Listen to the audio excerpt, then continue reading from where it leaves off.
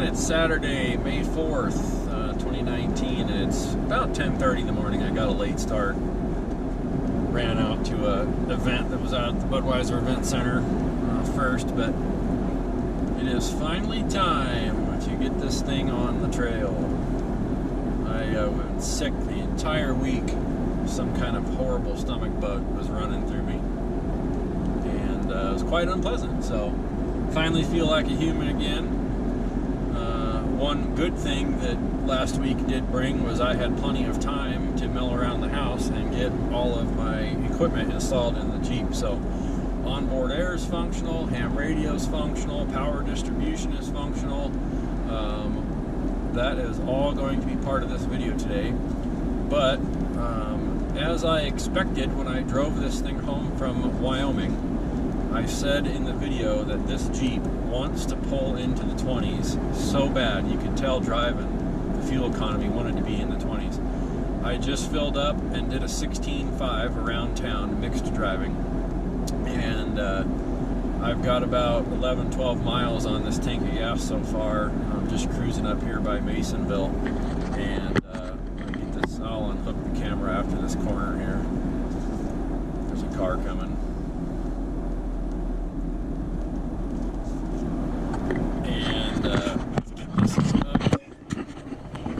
We are pulling a 21 mile to the gallon right now. Hit the thing there so I can see it.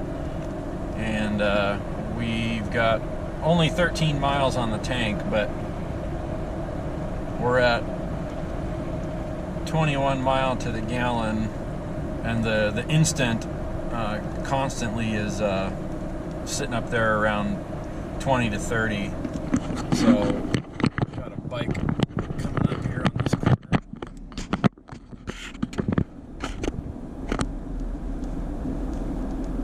Mount the camera back so I don't whack this guy.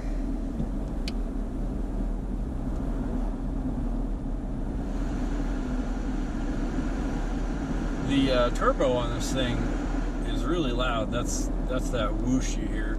It's wastegating. I emailed the dealership about it, and it's like wastegating all this unused boost. So it's pretty interesting. I have been super happy with this Jeep driving it around town. So I really wanted to get this thing on some dirt. But yeah, that loud whooshing sound hopefully is coming through the video. That's all just the turbo on this thing. It's it only does it when the vehicle's under load, like climbing a hill and you're stepping on the gas pedal. Otherwise, you never even hear it around town or driving on the flat like this. So I'm headed up to Old Ballard. I've done it a million times, but never in this Jeep. It's got everything that I want to test out today. It's got some flex. I'm going to be able to do some 4 high, some 4 low, disconnect the sway bar. I'm going to air the tires down, etc., etc., etc. So, yeah, should be a fun day. We'll shut the video off until we get all the way up to the trail. I've recorded that dozens of times as well, so we'll kick this back on here after a bit.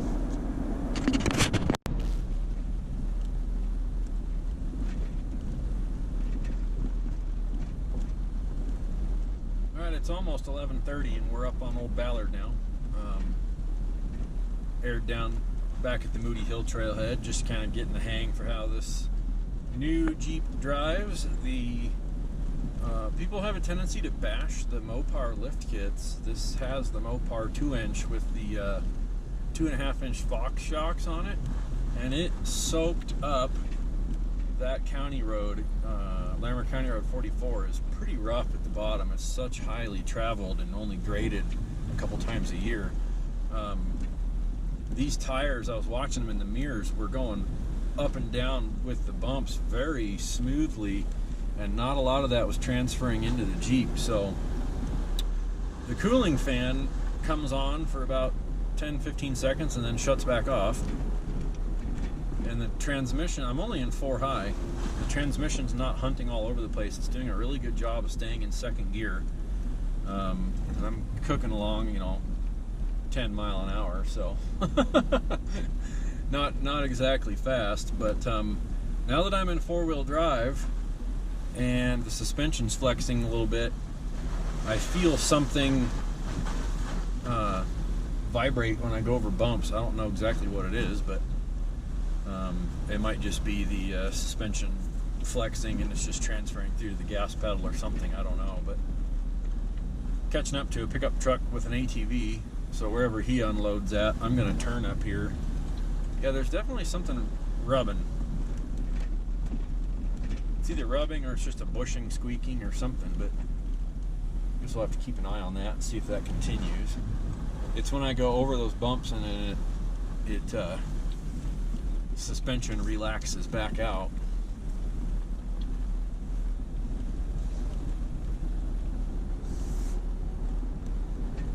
I'm going to hang a right up here at this Y junction anyway. We'll kick the video off until I get up to where I'm going to take some video. Take some more video, that is.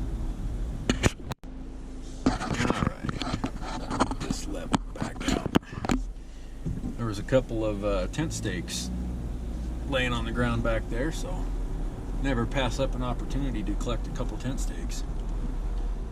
This little spur goes up to a flat spot and then drops down, does some nice articulation. So I wanted to drive up here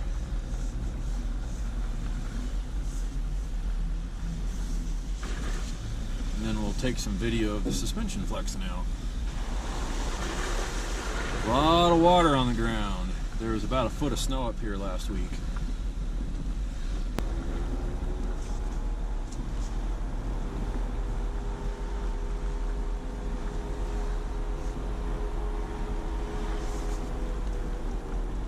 Listening to that fan ramp up and back down is interesting. It's got to just be the automatic transmission because the manual on the JK never did that. Wow, somebody had a nice hunting camp set up back there.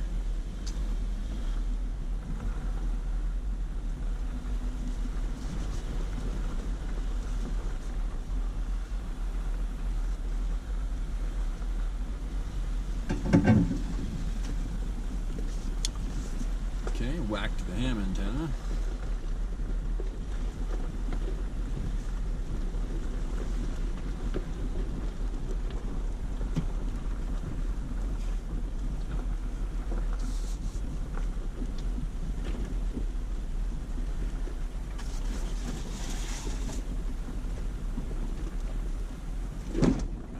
So this is where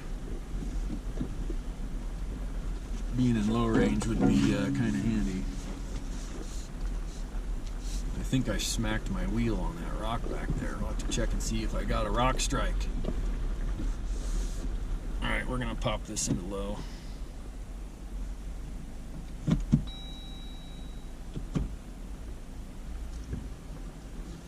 Oh yeah, much better.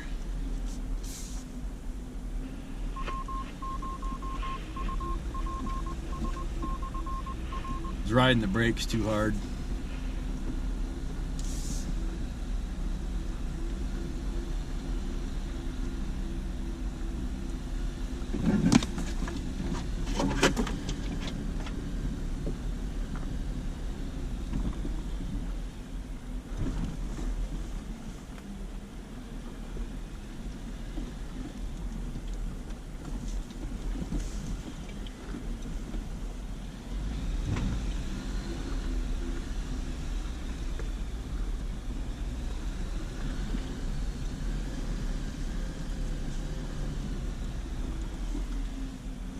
Definitely noticing the 13 more inches of wheelbase over the two-door JK.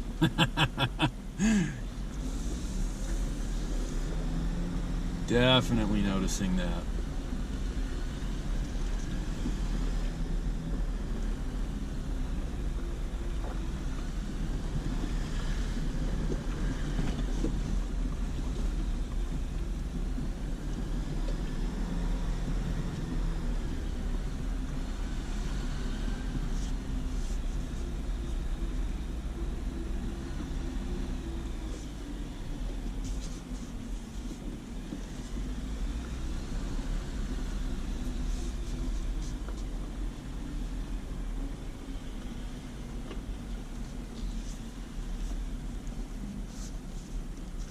Alright, here's the rock I usually park on, and be a good spot to eat lunch too, because I'm getting hungry.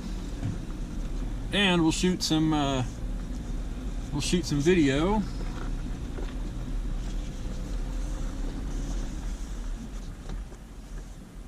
of my setup of the Jeep.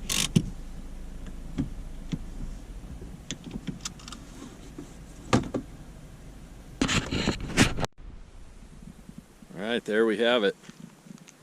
The 2018 JL Unlimited Rubicon that I picked up in Wheatland, Wyoming.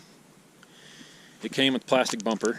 That was in the other video, but put the steel, the Smitty Belt XRC Gen 2 bumper. Like that one the best. It looks the best. It's got the great under protection, so you don't whack the sway bar disconnect, things like that. The worn winch I kept off the JK. My splicer, fair lead, and all I had to do was hook the fog lights up. Wheels and tires are as purchased, and then the fog lights, it's the actual Mopar fog lights. Those are just the stone guards. They're hard to get off one-handed.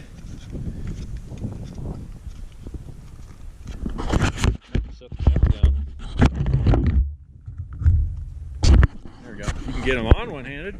So those are really bright. I'm not sure if Jeep made their own LEDs or if those are outsourced, but holy cow, they're bright. That's a Mopar bracket. The decals on the bottom are eventually gonna, they'll fail eventually. I'm gonna take those off. I've got some distressed American flags, black, at the house that I want to put on there. And oh yeah, the Fox shocks, those babies, they're huge. They're warm. They've been soaking up all those bumps. And then back there on that rock that I hit, I've taken first blood. Right there. Chipped the powder coat on the lock rings when I whacked that rock back there and got into the sidewall of the tire a little bit. So that was the whole point of today. Learned about the wheelbase very quickly. Hinge gate reinforcement was also put on by the dealer, so that was pretty nice. And then I ran my CB back there in the CB stud, and in the back I have my recovery gear in both of those totes. I have a vehicle fluids tote as well that sits here on the long trips. Ham radio body is mounted right here. This is the Molly Platform Solutions mount. That's actually the website, mollyplatformsolutions.com. I think there's some hyphens in there, but that is passenger side mount, and then the ARB compressor right there on a mount specific to the ARB. Fire extinguisher, just in case. That has, I gotta figure out what I'm gonna do with that. It kind of flops around a little bit, but so far it's been staying just fine. And then we'll come back to this underneath here. I'll show back under here. I got to take all this stuff out. And ham radio antenna. What I did was on the other side there was a hole about this big right here that the wiring harnesses ran through. So I cut all the zip ties off, unhooked the wiring harness, drilled this hole out, because this is a solid, like I can actually wiggle the whole Jeep just by wiggling that antenna. And it's actually canted forward just a tiny bit. So when you're driving, the antenna is straight up and down. So that's pretty nice. The windshield on these has got that little bit of a curve like the JK. So I got to get a window banner stuck on there for the org. But let me pop the hood and then I'll show all the electrical work that I did on the under the hood. Yes, this is the 2.0 Hurricane with a massive turbo that sits back here, and somewhere off to the side of this is where it wastegates out a crap ton of air when you romp on it, and it's loud in the cab. If you had any reservations about getting the 2-liter 4-banger turbo, I will discuss that in a minute. Winch leads straight to the battery. Jeep, I'm actually telling you, supply this damn 10-cent nut. I bought 2 of them at Ace Hardware so I can put something else on here, but for the love of God, for $54,000, provide that 10-cent nut. That is ridiculous. So what I've got going on here, 50 amp circuit breaker. I'm probably going to upsize this. I have not popped it yet, but I have this all rigged up and wired to do at least 60 to maybe 70 and even 80 amps. Isolator, ignition switched isolator right here. Let me come around. So it's busy down here. These engine bays are packed. This white wire runs around to auxiliary number 3. So this has the factory harness, the factory aux ports. So I tied into aux 3 for that, and then it just grounds to the battery. That's this right here. And so when you hit the start button in the Jeep, aux 3 I programmed to come on with the ignition, thus closes that relay and throws power to the back. The fog lights are wired into aux 4, same location. Let me shut the hood and then we'll wander around to the back. So back at the rear of the Jeep again, if I could talk, I unloaded my recovery gear, and this vehicle did not come with the factory subwoofer. So that's usually right here. I had it in the 2-door to where this whole thing was just a subwoofer and there was no in-floor trunk, but there's no subwoofer in here. So this worked out to my advantage. I took the little rubber mat out that was in here. This is 6 gauge, running all the way up to the battery off that relay we just saw, and then that runs into an Anderson 50 amp power pole. I think these are rated to a little more than 50 amps. I don't remember off the top of my head. And then I neck it down to 8 gauge because I had the ring terminals for 8 gauge to run into there. And we have ARB compressor 1, ARB compressor 2, the toggle switch for the ARB, combined ground, and then I'm not sure what that ground is. It's off the ARB. It very well could be for the relay. And then we've got ham radio, power feed right here, and ground. And then I've got the 2 empty ports for possible future siren controller and light controller. I took all that off the 2-door. I left plenty of room in here. This is just sticky back down so it doesn't ever make noise. So that it's not screwed in, it's just sticky back in with 3M adhesive. And wiring harness to the ARBs right here, and that is the relay switch up there. I just had to extend it, and then I'm going to clean all this up and bundle it up and make it look a little better. But the only thing I was wondering about, which so far looks okay, the ham radio power feed is just getting a little compressed right there, which I knew it was going to do that, and I designed it to do that. So let me get all this put back in here, and we'll have a little discussion about the Jeep in general.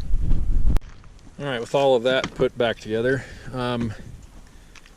nothing special in the back seat. I grabbed my deployment bag and cold weather pack just in case, because you never know. I had a couple of those Molly water bottle holders that I never needed for this pack because these compartments hold my huge 2-quart bottles, but I wove those into the back of the seat right there, which is friggin' awesome. Jeep putting the Molly seat backs in was like, that's amazing. Nothing super fancy. So there's the ARB compressor right behind the driver's side of the rear seat. I didn't hook up on the relay switch the light. I mean, I don't care about that. That's what those two extra leads are for. Is when I hit that switch, it comes on. I don't need to see the light on. So yeah, nothing really fancy in the back seat. Just got my tire kit, stuff like that. And then the front seat, this does not have the all-weather floor mats. That'll be fine for this summer, but come winter, that's going to be a problem. I put the ham radio head back on the dash. The GoPro display keeps turning off, so I can't see what I'm doing, but radio head's on the dash. Had to put a remote mount speaker right here on the side of the console. For me driving, I could have put it right here, but your leg hits it, and your leg hits it there if you're the passenger too, but that's the passenger's problem, and I don't really care. So they just have to be careful. CB, I hate CBs, but I have too many needs to run one, and too many holdout friends that won't get their ham license. Glove box, nothing fancy in there, but the nice thing is on this Uconnect is when you it doesn't do it when you put it to accessory, but when you put it to run, I actually programmed aux3 to come on with the ignition, which, let me get this on and hopefully we can get it turned down before the music starts playing. Maybe. There we go. Okay, so that's all turned way down. So you hit settings, aux switches, aux3 is latched, meaning it stays on when you hit the button. It's an ignition switched power source, and it's recall last state. So that recall last state is what's important. If you have aux3 on, and then you turn the ignition off, if you turn the ignition back on, it will come back on. aux4 is the off-road driving lights. I have that latched to ignition, recall last state, so if you're driving at night and you had them on and you restart the vehicle, they'll come back on. And then 1 and 2 are actually not even hooked up to anything, but they're always hot. You can just, now aux2 is ignition tied, now aux2 is battery tied. It's super awesome. All the refinements that they did on this. The only thing this does not have, since this is the 7-inch display, is the off-road pages. There's no off-road pages. Maybe that'll be a firmware update. Maybe it won't be. It's over here in this dash cluster, which is perfectly fine. Like, I don't really need to see all that anyway. So, yeah, when you hit the ignition button, aux3 turns off, shuts off the ham radio, etc., etc. So, flip this around. Can't see myself, but you can see. So, the Jeep's awesome. I'm super glad I did it.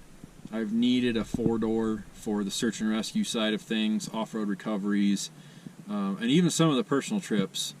I haven't had enough room to take all the stuff that I wanted to take for a week-long trip, so the 4-door was totally the way to go. The 2-door was awesome. I spent a lot of money on that 2-door, getting it to where it was, and for the last 9 months I haven't had to spend a penny on it. It was ready to just wheel and enjoy, and it was rock solid, and ultimately finally caved, got a smoking deal on this thing. You couldn't do this deal twice if you tried. Leftover 18, last one on the lot, sat there for 6 months, wasn't selling. He just made me a killer deal. On the 2-liter turbo, if you had any reservations about the 2-liter, don't even fret about it. This is not re-geared.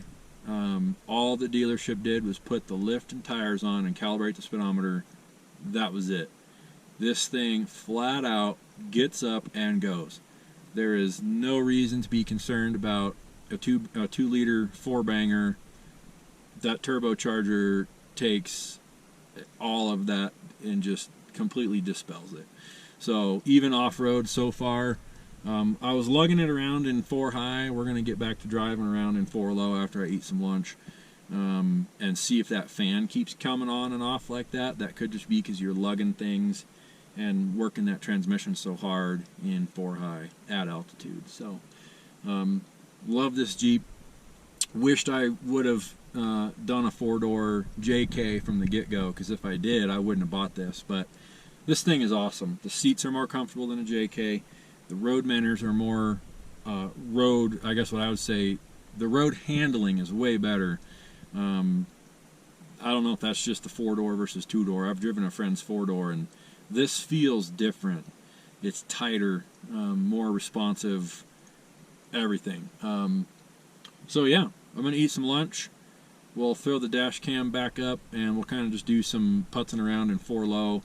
There's not much flexy stuff on this particular trail. There is back here on the way out, and I'll hold the camera out the door. And then we'll go up to the other side of Old Ballard and screw around up there. So there's my honest opinion about the 2018. It's awesome.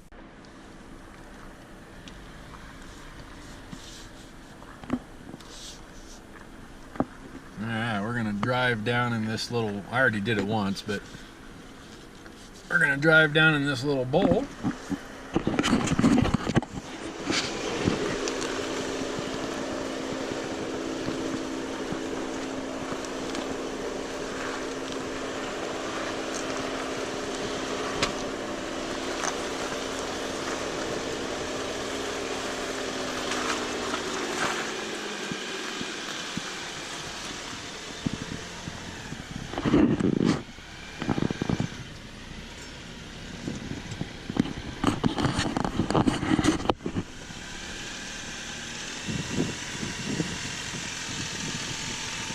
Problem.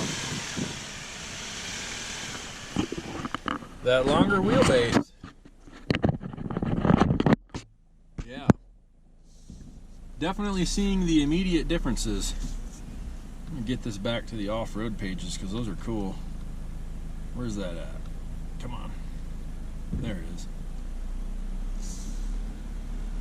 See how much tilt we get going up this. 18, not too bad. 19, 20.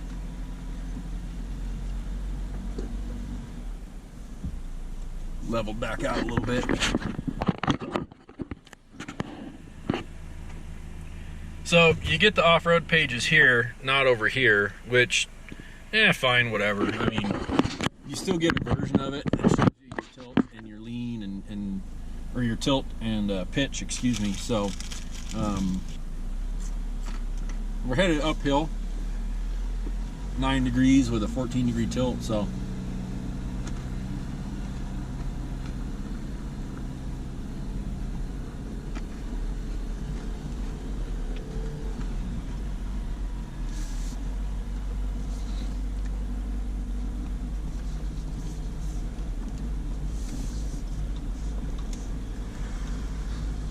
in low range, the transmission pops you into 3rd gear, and we're just poking along.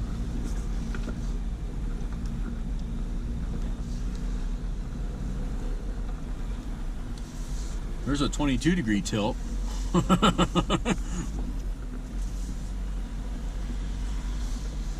See if we can get a little more right here. Nope.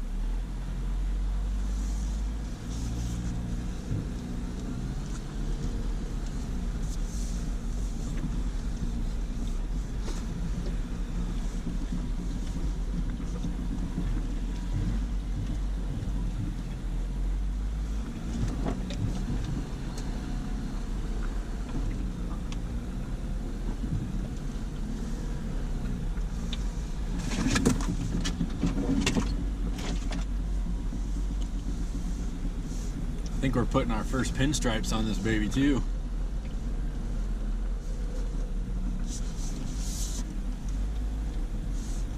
Bought it to use it, not look at it.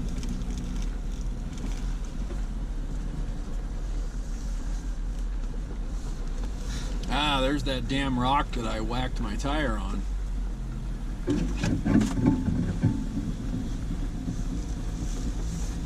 We'll drive over it this time.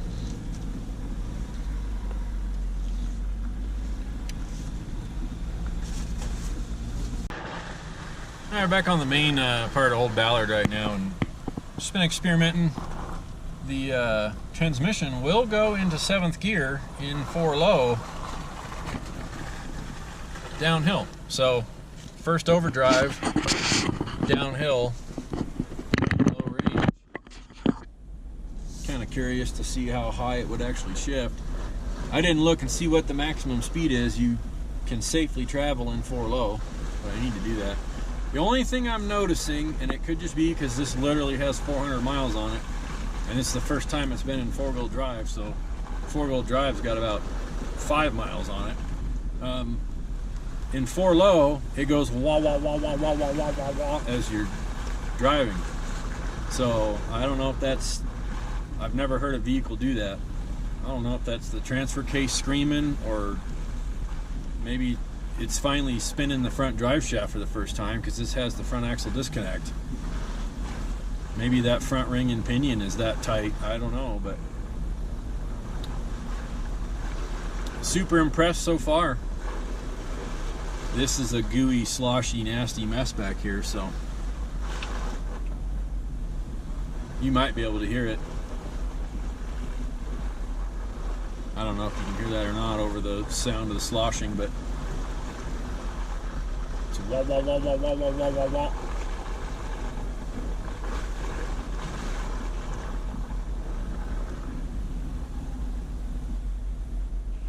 There we go. Maybe you heard that. Property for sale.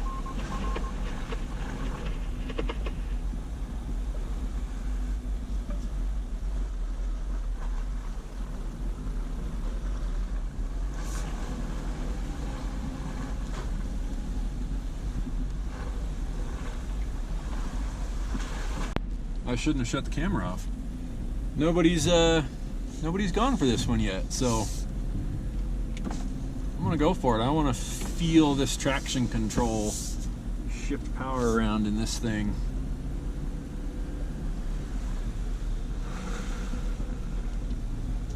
I'm not gonna go up this one very far because I know what happens up here. We've recovered people up here.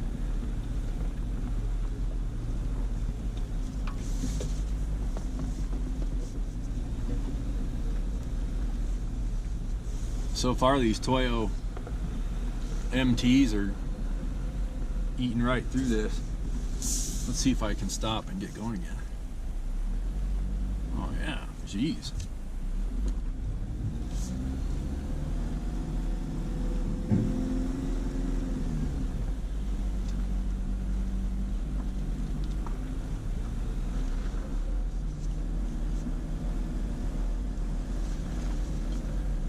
I wasn't expecting any fresh powder. Usually when you come up here, this is all mushed down this late in the year. We just got cell service. Just the tiniest little wandering bit.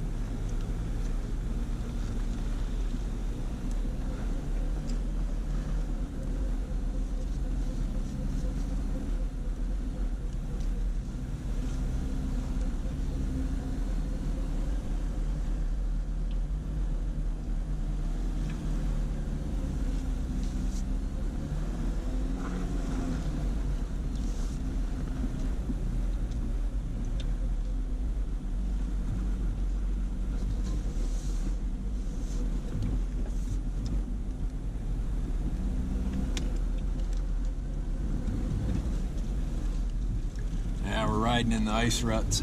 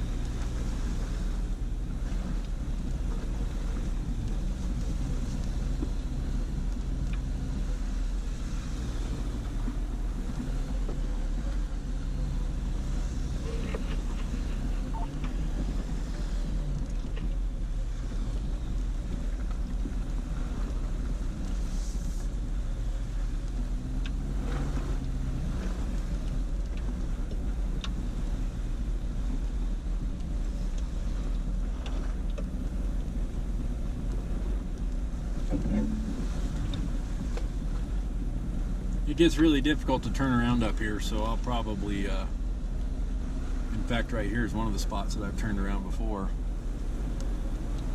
Yeah, we're getting into that snow shelf, so this will be about the end for this trail. I'm not gonna get myself into a situation I can't get out of on my own. So, being at the side of the road's really soft right now, and there's those big drifts up there. We've recovered a lot of vehicles up here.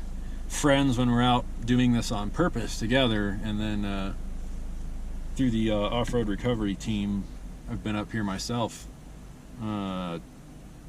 twice on this trail alone just to pull them out. So we'll back down, turn around. All right, so I discovered back there that little vibration and weirdness that I'm feeling in the floorboard is the traction control system and anti-lock brakes. I didn't record it, I didn't even think about it, but I experimented with hill descent control because I've never had that before. Manuals don't have hill descent control, and you enable hill descent control and you immediately hear the ABS grind and make that weird pumping sound and build up pressure, and then you hear that wah wah wah wah and you feel it in the floor as hill descent control holds you going down a steep grade. So you do just ride your brakes when it's doing that, but I suppose for that short little bit it's not a big deal. But that is what I've been hearing as I drive over these bumps, and the suspension kind of flexes out a little bit. The ABS is actually slowing down that tire that has less traction because it's kind of coming up in the air, if you would say. So learning all the interesting little noises that this vehicle makes. I'm glad I did this today. The only one that is of tiny bit concern is that transfer case screaming. I'm assuming that's just because literally it's got a whole whopping 7 miles in four-wheel drive, so that's probably normal noise. But I'm gonna email the dealership and just confirm that screaming of the transfer case in 4-low is normal. I would suspect with how this transmission is geared, that transfer case is just roaring, and this is to be expected. So yeah, super happy. I think I'm going to end the video here. There's nothing special. I'm driving out. I'm just going to air up and go home. So awesome day, and I can't wait to get this thing out with the group and hit some dirt.